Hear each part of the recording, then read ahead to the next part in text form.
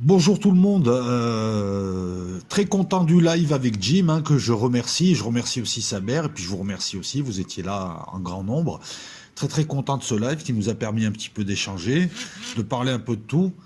Et ça tombe bien parce que lors du live, on avait évoqué les réussites technologiques françaises. On disait que la France était un peu partout et qu'il fallait aussi mettre ça en valeur. Ça faisait partie un petit peu des actes que nous pouvons tous faire. Et le Rafale en est une. Alors j'ai fait plusieurs fois, à plusieurs reprises, j'ai posé des vidéos sur le Rafale, que ce soit sur Los Locos, sur cette chaîne ou sur mon Patreon, où je fais des analyses un peu plus pointues, un peu plus poussées, je développe des concepts. Les deux sont complémentaires. Sur cette chaîne, je fais des lives et je fais des vidéos d'analyse géopolitique, très souvent, et intérieur aussi. Et sur Patreon, je peux plus développer, je peux plus aller en profondeur. Je pose une dizaine de vidéos, 6, 7, 8, ça tout dépend du mois, sur des thèmes. Et on avait parlé du Rafale. On avait parlé du Rafale. On avait évoqué les ventes de Rafale qui se faisaient. C'est une très très bonne année 2021. On avait évoqué la Grèce, on avait évoqué le rôle du Rafale en tant qu'interdicteur, et on avait aussi évoqué les pays susceptibles d'acheter. Et moi, je vous avais proposé mon hypothèse, à savoir que la Croatie, j'y croyais pas trop, sauf si les Américains décident de ne pas leur vendre. Je les vois plus acheter américains. La Suisse, ce sont les pays qui en ce moment s'interrogent à savoir qu'est-ce qu'ils vont acheter pour renouveler leur flotte. Les Suisses qui veulent renouveler leur flotte de F5, je les vois pas prendre un F-35, je les vois pas prendre un... Je pense qu'ils prendront un Gripen. C'est une hypothèse. Par contre, j'avais évoqué des pays comme l'Égypte, comme l'Inde, l'Indonésie aussi, il me semble, faudrait que je vérifie, et je vous avais dit que là, il y avait des ventes à faire. L'Inde, l'Indonésie, l'Égypte, qu'est-ce qu'il y a encore? Il y a la Finlande à l'heure actuelle qui, pour choisir son candidat, les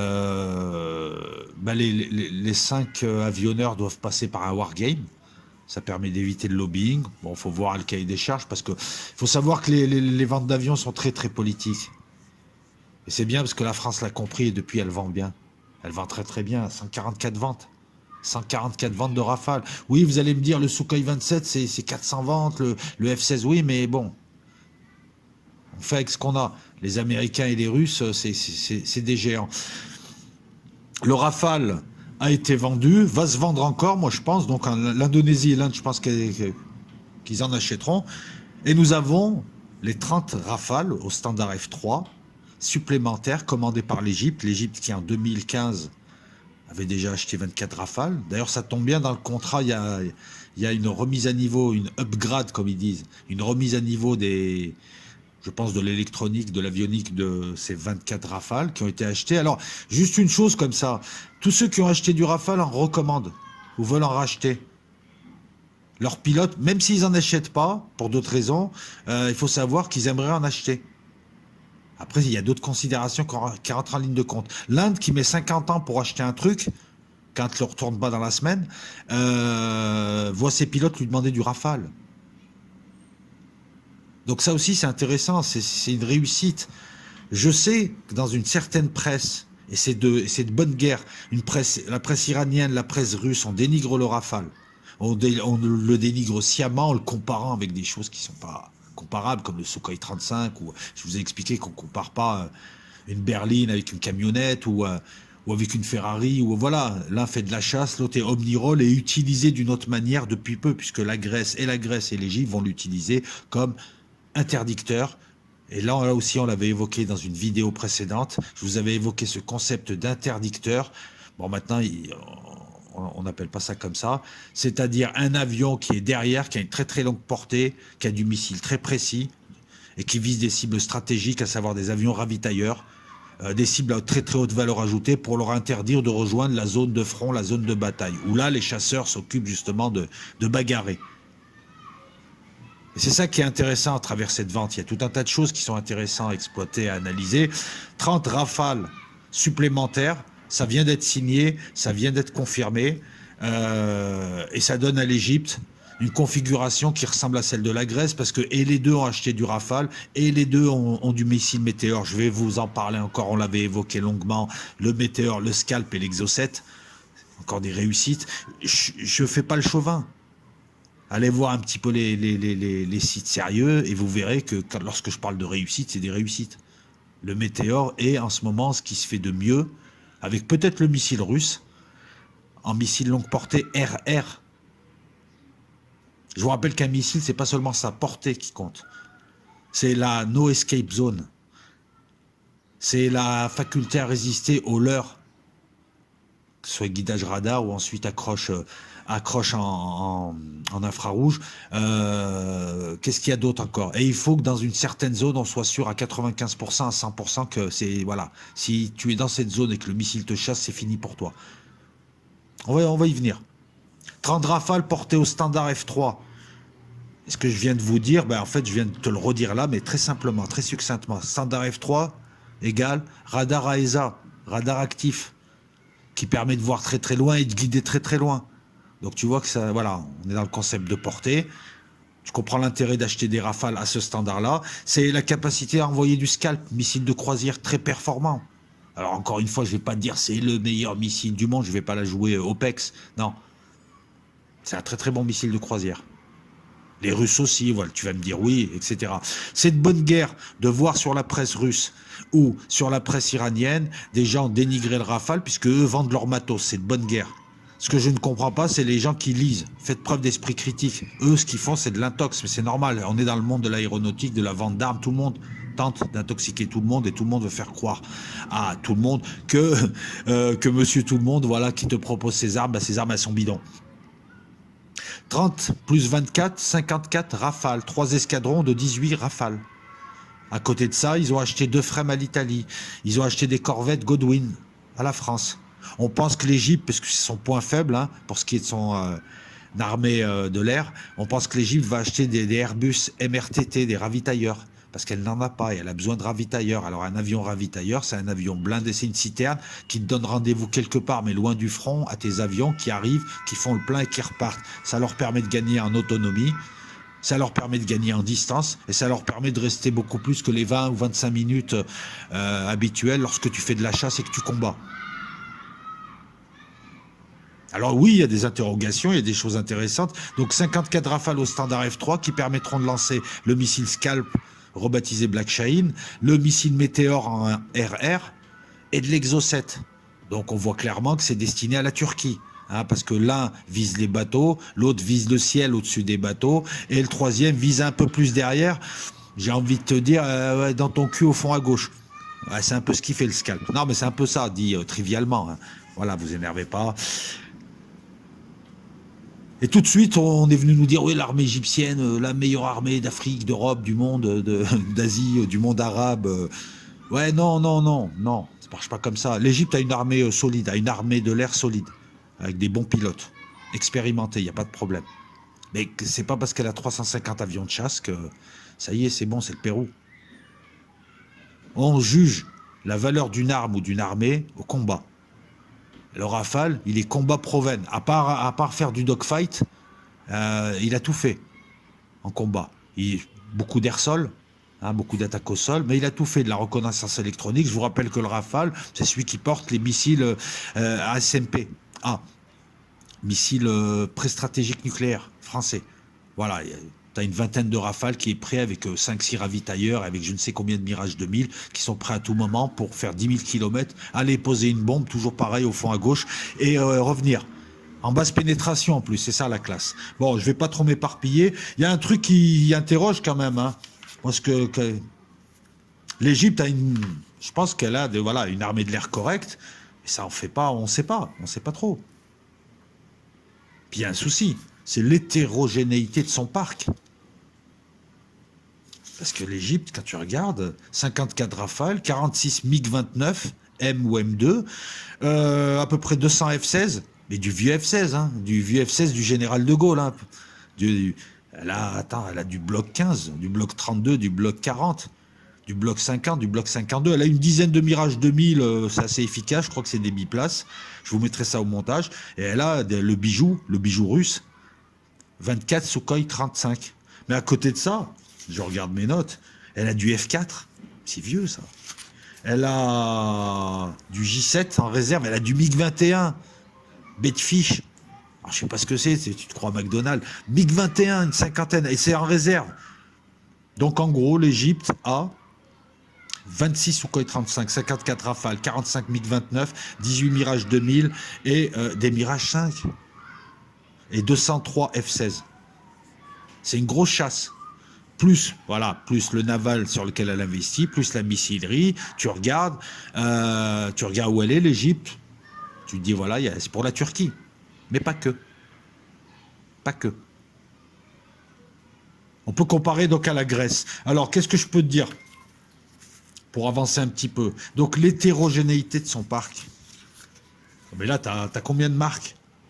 Sukhoi, Rafale, MiG, Mirage, F-16, F-4, J-7, MiG-21. Ben, ça coûte cher à entretenir. Ben oui, quand tu as un ou deux types de modèles, tu rationalises ta maintenance. Je vous rappelle que ce qui coûte le plus, c'est pas le prix de l'avion. Ce qui coûte le plus, c'est l'heure de vol. Un Rafale, c'est entre 7 et 15 000 euros l'heure de vol, mais un Rafale, il te fait 3 missions de Mirage 2000, il te fait 3 missions de F-16. Hein. C'est ça qu'il faut aussi prendre en ligne de compte. Comme quoi, tu vois, quand on commence à sortir des chiffres, 350 avions, ça fait de chasse, ça fait beaucoup, c'est plus que la France, ça veut rien dire. Et quand on te sort des prix, c'est pareil. Parce que le F-35 qui est une bouse ruineuse, oui, c'est pareil, c'est qu'à 80 millions, t'en as un, vite fait, tu fais un crédit sauf Inco, tu te chopes. Mais après, c'est après. C'est la MCO, la maintenance, la mise en condition, les pièces, l'entretien. Pour une heure de vol, il faut je ne sais combien d'heures pour préparer l'avion. Donc c'est tout ça qu'il faut voir. Et quand tu as un parc comme ça, avec autant d'avions différents, il te faut autant de stocks différents, il te faut autant de tout un tas de choses, ça coûte bonbon. Et l'armée égyptienne, quand tu le regardes sous cet angle, elle ressemble à l'armée saoudienne, qui achète de tout et qui met dans des hangars, parce que c'est des achats politiques. C'est ça qu'il faut comprendre. Quand tu regardes à qui elle a acheté. Les Égyptiens savent ce qu'ils font. C'est pas les Saoudiens. Ils sont sérieux. Elle achète du Sukhoi, c'est politique. Elle a acheté du F-16, mais ça fait longtemps qu'elle n'en achète pas. Elle a acheté français comme la Grèce, comme d'autres, parce que c'est la seule réussite de Macron. Macron a réussi à créer une alliance, nouer une alliance pour limiter, et Macron a gagné, il faut le dire, là-dessus, pour limiter les ambitions turques, et en Libye, et en Méditerranée orientale. Et donc, il y a une petite alliance qui se fait. Je vous en ai parlé de tout ça, hein, je radote. Hein. Ce qui est intéressant, donc voilà, c'est que là, Al-Sisi, le maréchal intergalactique, là, c'est alliance française et alliance russe. Ce qu'on retrouve en Libye. Tu vois, comme quoi une vente peut refléter une géopolitique, ou en tout cas n'est pas en contradiction, en tout cas là. Tu vois, parce que s'ils se mettent à acheter américain là, ça fait bizarre. Tu te dis pourtant ils sont en affaires avec la France et l'Égypte et la Russie et les Émirats Arabes Unis d'ailleurs qui achètent français en Libye. Ils sont bien avec la Grèce pour contrer Erdogan, tu sais, le Narvalo d'Istanbul. Vous énervez pas les Turcs. Non, parce qu'on va parler de la Turquie, parce que forcément, quand l'Égypte se met à acheter ça, bah, tu as l'Algérie qui est son rival et qui elle aussi possède une solide flotte. Elle se dit attends, l'autre il a acheté ça, va falloir que je me muscle aussi. Bon, elle s'est déjà musclée avant. Hein. J'ai fait plusieurs vidéos sur Patreon. Vous avez une étude sur l'armée algérienne, les forces spéciales algériennes, les forces spéciales françaises, les forces spéciales turques, l'aviation, tout ça. Vous avez tout sur place. Je vous laisse aller voir. Mais et la Turquie, c'est pareil. Elle se dit, la Grèce commence à acheter des avions interdicteurs de zone, du Rafale en plus, qui peut faire de l'omnirole, qui peut faire de la suprématie aérienne, qui va nous tirer dessus. Ils achètent des missiles météores, ils achètent des FREMM. Les Égyptiens font pareil, les Émiratis font pareil. Et nous, on a des vieux F-16 Bloc C et on a de l'AIM 120, c'est-à-dire un vieux missile. En tout cas, c'est pas la génération du météore. Donc les Turcs vont aussi se remuscler. C'est pour ça qu'ils sont en train de lorgner. Et alors, ils vont se muscler d'une manière symétrique en achetant du Sukhoi 35. Ils vont avoir du mal à upgrader leur F-16 puisque les Américains ne veulent plus les aider là-dessus. Donc, que va faire la Turquie? Je pense qu'elle va aller en asymétrique. Où elle développe ses drones. Elle leur a donné une doctrine d'emploi originale qui est très performante, en tout cas face à des pays moyens, on va dire. Hein, parce que les attaques de drones qu'elle fait en Syrie, si elle te les fait, je ne sais pas, au-dessus de l'Allemagne, Ils tombent les drones, voilà. Mais elle innove, donc ça va être intéressant de voir ce que fait la Turquie. Comment elle va se muscler plus, parce que acheter du Sukhoi 35, ça suffit pas. Alors les Turcs ont aussi des missiles, mais ils sont tout nouveaux. Lorsqu'on regarde les caractéristiques, ils semblent inférieurs, que ce soit le Somme, le missile de croisière qui va à 280 km par rapport au Scalp qui va à 560 km et qui est un bijou électroniquement parlant, et qui a fait ses preuves, le Scalp, alors que le Somme n'a pas fait ses preuves. Que ce soit donc ce missile de croisière-là, que ce soit l'AIM 120, donc le vieux missile longue portée. Qu'est-ce qu'il y a d'autre? Il y a le Gok Dogan. Alors la Turquie construit ses propres munitions, ça c'est un avantage. Le Gok Dogan, c'est un missile qui chope jusqu'à 65 km et qui donc doit taper une no escape zone à, je sais pas, 20-30 km. Le météore, jusqu'à 60 km, t'es sûr que t'es marron, il t'a chopé. Et au-delà, après, c'est toi et ta chance. Et t'es contre mesure. Puisque le météore peut taper jusqu'à 180 km. C'est un peu... Voilà, dernièrement, on m'a posé la question, à savoir la torpille Shkval russe qui va à 500 km/h, serait-elle supérieure à la DF-21 française qui n'irait qu'à 100 ou 120 km/h, chiffre officiel. Et j'ai expliqué au type que, vu comment se battent les sous-marins, à très longue distance, c'est-à-dire 20-30 km, la Shkval, comme le sous-marin est mobile, il a le temps de la voir venir, il a le temps de la leurrer, elle accroche plus rien au-delà de quelques kilomètres. C'est une roquette que tu tires, c'est une balle que tu tires. Alors que la DF-21 française, jusqu'au bout, elle va te choper. Après, il faut regarder aussi comment se battent les sous-marins maintenant. Ils sont pas face à face, ils sont plus ou moins éloignés. Puis nous sommes dans un concept, nous sommes maintenant à une époque de guerre combinée et surtout de guerre où il y a du collaboratif. On a vu l'armée française qui vient d'expérimenter quelque chose d'assez sympa, à savoir un sous-marin nucléaire d'attaque. Ouais, je sais, le sujet c'est l'Égypte, mais j'ai envie de digresser. Un sous-marin nucléaire d'attaque qui tire une munition mer-mer, changement de milieu, bonne technologie. Voilà, le truc sort de l'eau, passe dans l'air, devient un missile. Et qui c'est qui le guide? Un avion qui est très très loin. Ce qui veut dire que la cible, elle ne verra quoi? Elle ne verra pas le sous-marin qui est très près, à une trentaine de kilomètres, qui a le temps ensuite de jouer avec la salinité de l'eau et qui va se mettre, c'est la bathymétrie, je crois que ça s'appelle, qui va se mettre entre deux couches d'eau, donc il ne sera pas repéré. Elle verra juste un missile partir d'une certaine zone et guidé par un avion qui est hors de portée. La portée, encore une fois, concept occidental. Donc ça a été testé. Et le collaboratif, c'est que le sous-marin ne voit pas sa cible, le missile part du sous-marin et il est guidé par des avions, donc il peut aller très très loin, le missile. Alors, il y avait eu aussi le truc inverse, hein, à savoir un missile balancé par un avion, donc hors de portée, on ne voit que l'avion est guidé discrètement par un sous-marin qui est pas très loin et qui guide le missile sur une cible. Bon, bref, je te casse pas la tête avec ça. Ce que je voulais te dire, mais écoute, on va poursuivre un petit peu. Donc, 54 Rafales, 3 escadrons de 18. On voit se dégager un axe France, Grèce, Égypte, Émirats Arabes Unis contre la Turquie et le Qatar. C'est un achat politique, effectivement. Et c'est un achat qui permet de valider les missiles qui ont été livrés discrètement. Et ça, sur Patreon, vous le savez, on en a parlé il y a quelques mois. Je vous avais montré des photos de missiles croisières français Scalp qui ont été livrés discrètement aux Égyptiens bien avant qu'ils ne puissent les faire. Je vous explique. Jusque-là, la France faisait des missiles avec, on va dire, un peu plus de 10% d'électronique américaine. Il y a des composantes américaines. La France peut tout faire, mais de temps en temps, c'est moins coûteux d'utiliser certaines composantes. Le problème, c'est qu'aux USA, il y a une réglementation ITAR qui te dit si dans ton truc, si dans ton gros jouet, tu as plus de 10% de mes composantes, tu dois me demander la permission quand tu exportes. Donc, lorsque la France a voulu vendre avec les 24 Rafales du Black Shaheen, parce que c'est ça que veulent les Égyptiens. Ils veulent du Rafale, ils veulent un beau fusil, mais c'est la munition qui les intéresse. C'est un achat politique et c'est un achat technologique. C'est les munitions qui intéressent les Égyptiens. C'est pour ça aussi qu'ils veulent être au standard F3. C'est pour pouvoir se servir du Météore, de l'Exocet et du Black Shaheen.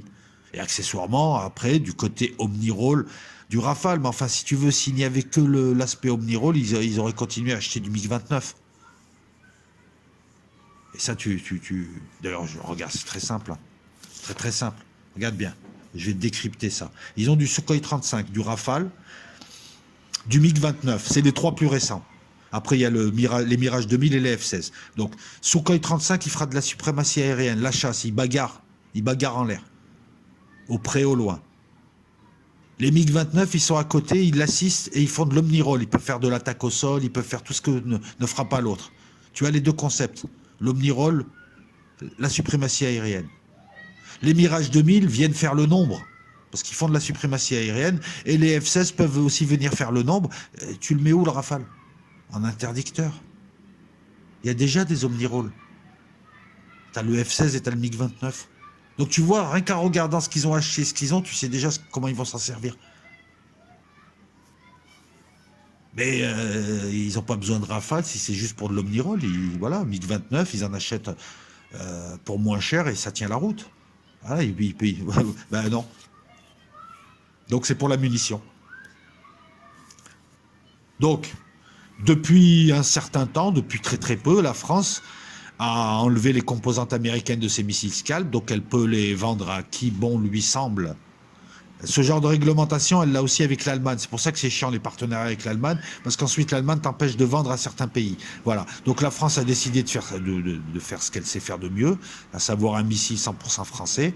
Mais bon, elle a déjà livré des missiles de croisière à l'Égypte. Ça fait partie des clauses secrètes. Je pense que les Américains sont au courant. Je pense qu'ils ont accepté de fermer les yeux. Donc on a des photos de Black Shaheen, de missiles Scalp, sous les Rafales égyptiens déjà.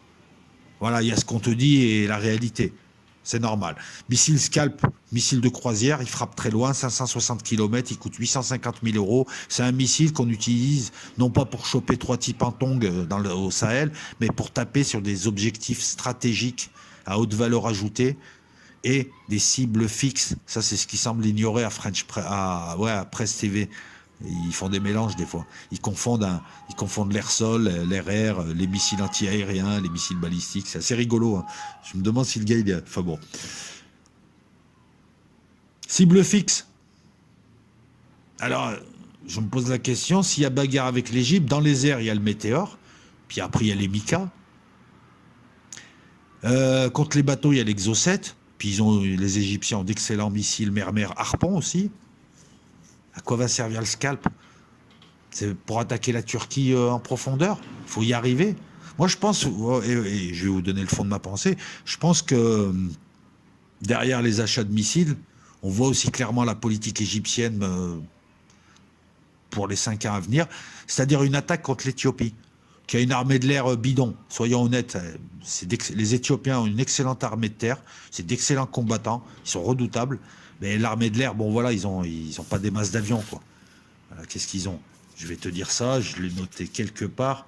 Voilà, je me moque pas, hein. Ils ont 11 Sukhoi 27 et 15 MiG 21 qui datent de Clovis. Même Clovis, il trouvait que c'était ringard, les MiG 21.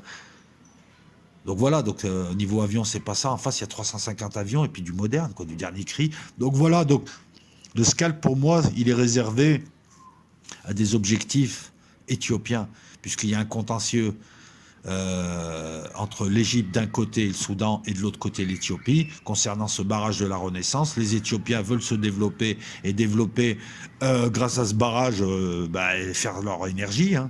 Je crois que ça va faire beaucoup d'énergie, beaucoup d'électricité, ce barrage. Le problème, c'est que ce barrage-là en aval, va diminuer les volumes d'eau qui vont arriver, hein, le Nil. Va diminuer les volumes d'eau qui vont arriver en Égypte. Il y a une histoire de traité, voilà, et c'est chaud, quoi. Et depuis des années, les Égyptiens menacent de faire péter le barrage. Le problème aussi, c'est que s'ils font péter le barrage, hein, parce que je n'ai pas dit que le Scalp allait être utilisé contre le barrage. Pour faire péter un barrage, il faut beaucoup de missiles. Et le problème du barrage, c'est que c'est en terre compressée. Est-ce que ce type de missile suffit à faire péter un barrage? Est-ce qu'il faut des explosifs brisants? Je pense qu'il faut du brisant du brisant. Il faut du brisant et il faut y aller au sol. Mais enfin, le Scalp permettra de taper sur l'armée éthiopienne. Moi, c'est ma prévision à 5 ans, hein, Météo France. Il y aura un souci entre les Égyptiens et les Éthiopiens. Et vu la configuration des deux pays, ça va être une attaque aérienne. Et puis peut-être une attaque au sol, des commandos, des je sais pas quoi, bref. Donc quand je vois le Scalp, je pense que c'est ça. Ben ouais, le Météore, c'est pour le ciel en Méditerranée orientale. Hein, tu vas tirer très très loin. À peine les avions turcs vont décoller de Turquie qui risquent de se prendre un missile. Leur ravitailleur aussi. L'Exocet, c'est pour la marine turque qui sera en bas. Hein, je vous rappelle que l'Exocet est un excellent missile qui peut être air-mer ou mer-mer. Je ne sais même pas s'il ne peut pas être surface, c'est-à-dire partir aussi du sol. Il a fait ses preuves en Argentine, il a fait ses preuves un peu partout. Les Anglais t'en parleront bien mieux que moi. Ils ont perdu. Ben, c'est simple, c'est du je tire un coup, je te coule une corvette, par exemple. Maintenant, aujourd'hui, je ne sais pas s'il coulerait une frégate, mais il l'immobiliserait, quoi. Voilà. C'est un missile qui est assez. J'en ai parlé lors de la précédente vidéo. Allez voir les vidéos. Je crois qu'elle a 2 mois. Qu'est-ce que je pourrais te dire d'autre encore?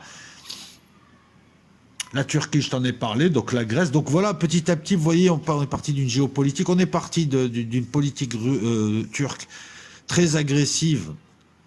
Je vous rappelle qu'ils défendent leurs intérêts géopolitiques. Hein. Je ne juge pas en bien ou en mal. Je dis juste très agressive. On le voit d'ailleurs là avec les événements au Tchad. Hein, derrière, il y a la Turquie.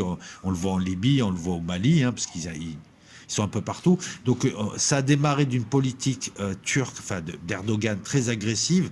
Ça a provoqué des réactions. Ça a démarré il y a 3 ans, 3-4 ans. Ça a provoqué des réactions. Et on enchaîne avec une course à l'armement, des axes stratégiques, parce que personne veut de la Turquie en Méditerranée occidentale. Personne veut de la Turquie en Afrique du Nord. Soyons d'accord. Ni la France, ni l'Italie, ni les Européens, ni l'Algérie, ni l'Égypte ne veulent la Turquie à leur porte. Parce que Erdogan égale frère musulman égale déstabilisation de ton pays. C'est ce qu'ils disent. Voilà, c'est ce qu'ils disent. Ce contrat, c'est 4,5 milliards de dollars, 3,95 milliards d'euros. Macron, lorsqu'il a voulu jouer au droit de l'homiste, il nous a fait foirer 2 frêmes. C'est les Italiens qui ont vendu des frêmes à El-Sisi, le maréchal. Macron s'est repris en disant, il y a peu, qu'il n'allait pas assujettir l'Égypte aux droits de l'homme quant aux ventes d'armes, parce que l'Égypte était un partenaire qui luttait contre le terrorisme au Sinaï. Voilà, il est revenu. Voilà. Non, mais parce que Macron, il a voulu jouer droits de l'homme, là où personne parle de droits de l'homme et tout le monde vend. C'était pas le moment, je suis désolé, voilà. Surtout que c'est pas le pire. L'Égyptien, c'est pas le pire. Alors, qui paye 4 banques qui prêtent à l'Égypte sur 10 ans. Et le Trésor français qui garantit le prêt à hauteur de 85%. Je vais te l'expliquer finement, hein, parce que les gens n'ont pas compris. À la fin, la France va faire un petit billet. L'État français va faire un petit billet. Parce qu'il y a une histoire de taux négatif. Voilà. Mais cette vente, c'est aussi, et c'est ça qui est excellent, parce qu'on va me dire, ouais, mais attends, t'en parles, ça va rien faire pour toi. Mais si ça avait été des Russes qui avaient vendu, c'était pareil, ça faisait rien pour moi. Je préfère que ça reste en France, parce que ça fait 7000 emplois consolidés pendant 30 mois. 7000 emplois consolidés pendant 30 mois. C'est ça ce qu'elle fait, cette vente.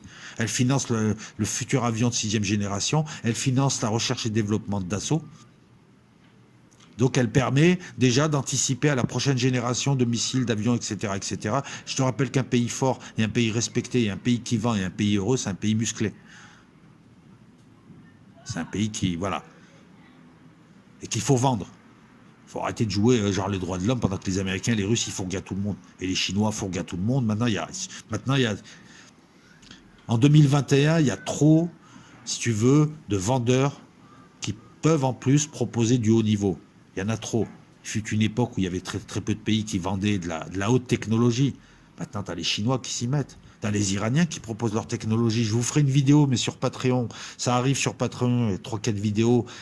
Pierre Brossolette, une analyse IRA, FLNC. J'en fais des digressions, mais c'est pas grave. C'est le principe. Et donc, je vous ferai une vidéo de fond sur l'Iran et sur ça.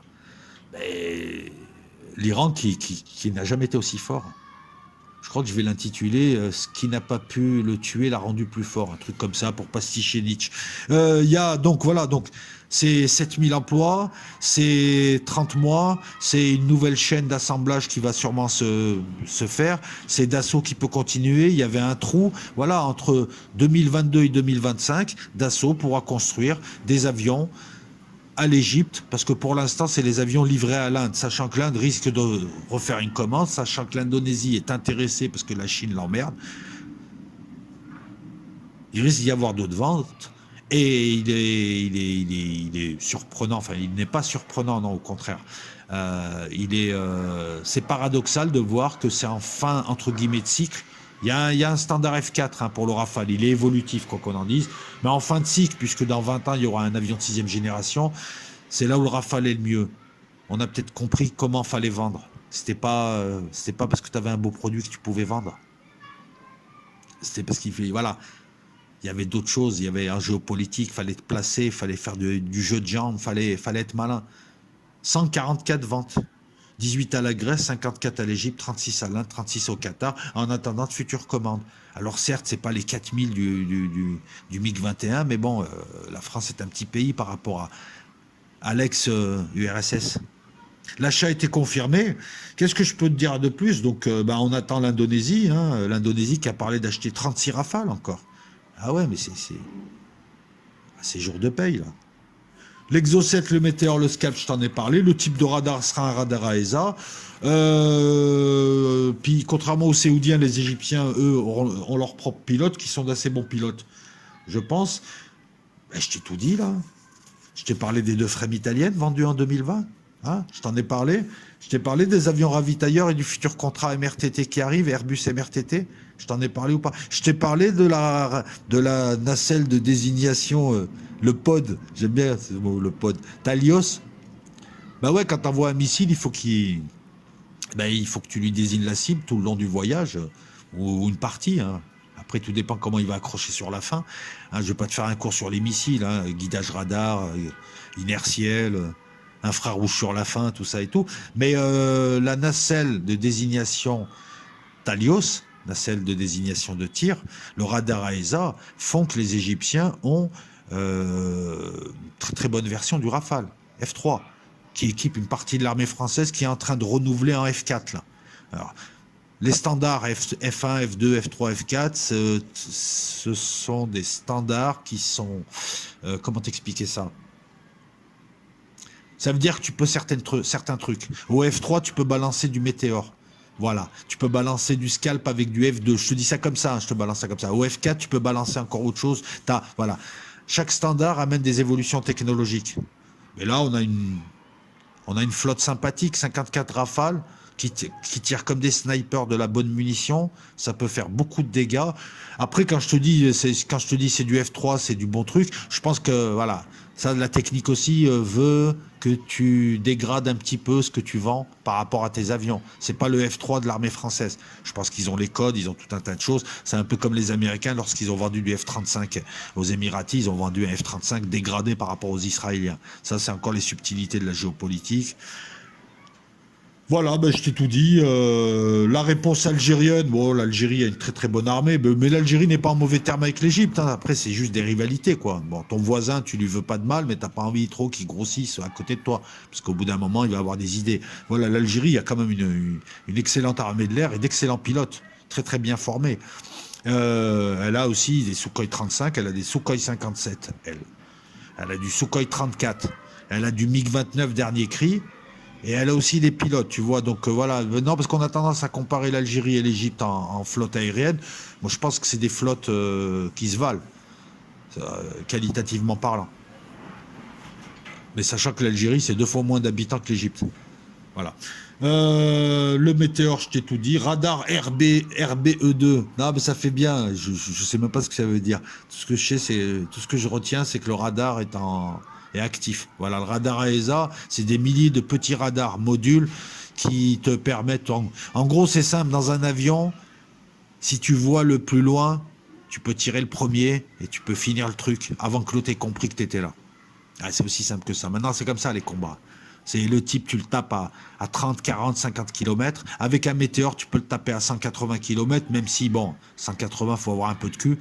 Hein, parce que quand on te donne une distance aussi, c'est pour les avions lents, peu manœuvrants. Je pense qu'un avion de chasse de dernier cri, au-delà de 60-70 km, il peut s'en sortir. Voilà. Mais bon, à côté des missiles longue portée, notamment les AIM 120 qu'ont les Turcs, qui eux, au-delà de 30 bornes, ils chopent plus rien, le gars. Il a rien compris. Hein. Après, il appelle l'ICOS, quoi. Guidage radar actif. Voilà, je t'ai tout dit. Donc les amis, je rappelle le principe. Merci à tous les nouveaux abonnés, là, à tous les gens qui s'abonnent. Alors voilà, je vais rappeler le principe. Les commentaires sont préapprouvés. Ça permet. Alors je les fais passer. Si vous voyez que votre commentaire ne passe pas, vous me le dites. Ou vous le réécrivez, je le fais passer. Je viens de m'apercevoir que YouTube m'avait restitué une centaine de commentaires d'il y a 2 mois. Hein, donc vous allez les voir apparaître là, et je suis désolé, je n'ai aucun intérêt à effacer les commentaires polis, même ceux qui ne vont pas dans mon sens, dans la mesure où ça m'aide pour le référencement. J'ai envie aussi de proposer à tous les gens, hein, j'en vois certains bondir, qui s'y connaissent en avion, si vous voulez rectifier, n'hésitez pas. Et surtout, j'aimerais avoir des fans d'aéronautique, et des fans d'avions militaires, d'avions de chasse, d'avions de combat, pour un live. Un de ces quatre, je pense que si on mutualise nos connaissances, ça pourrait faire un live sympa. Ouais, voilà. Samedi, vendredi ou samedi, je ferai un live du style tu montes, tu lances un sujet. Pourquoi pas monter et parler d'aviation? Donc ça, c'est ce que je propose. Qu'est-ce que je voulais vous dire d'autre? Sur Ozymandias, je pose la vidéo là, cette nuit, sur la série Black Mirror. Ozymandias, c'est ma deuxième chaîne. Sur Patreon, les vidéos arrivent. Là, d'ici le week-end, je poserai 2 vidéos. Et puis voilà, puis merci de me suivre. Donc voilà, merci de me suivre sur Los Locos. Une chaîne sans concession, où on se dit tout, où on se parle, on s'engueule, on se réconcilie. On parle de tout et de rien. Là, en ce moment, nous faisons beaucoup de live. Je trouve que c'est bien comme format. Apparemment, c'est le format qui plaît. Mais de temps en temps, j'agrémenterai avec des vidéos comme celle-ci sur des vidéos d'aviation. Je ne vais pas trop l'illustrer non plus pour vite la poser, cette vidéo-là. Mais si vous voulez des vidéos sur l'aviation, sur la politique, sur la philosophie, sur l'économie, je viens de poser un truc sur la monnaie. J'ai mon Patreon, pareil, hein, ça fait un soutien aux créateurs. Et on vous propose des vidéos. Il doit y en avoir une centaine maintenant. Sur le premier Patreon. Il y en a une centaine, je pense, et on parle de tout ça. On parle beaucoup d'avions, on parle beaucoup d'anti-aériens, mais on parle, voilà, philo, musique, personnages célèbres, je sais pas, on parle de Garcimore, de qui tu veux. Voilà, ben, il est temps de nous quitter, puis je vous dis à bientôt, la bise à toutes et à tous, et puis voilà, peut-être vendredi ou samedi, il y aura un live. Je vous annoncerai l'invité. Non, ça sera un live, tu montes, tu lances le sujet, mais il se peut qu'il y ait aussi un live invité à venir. Ciao.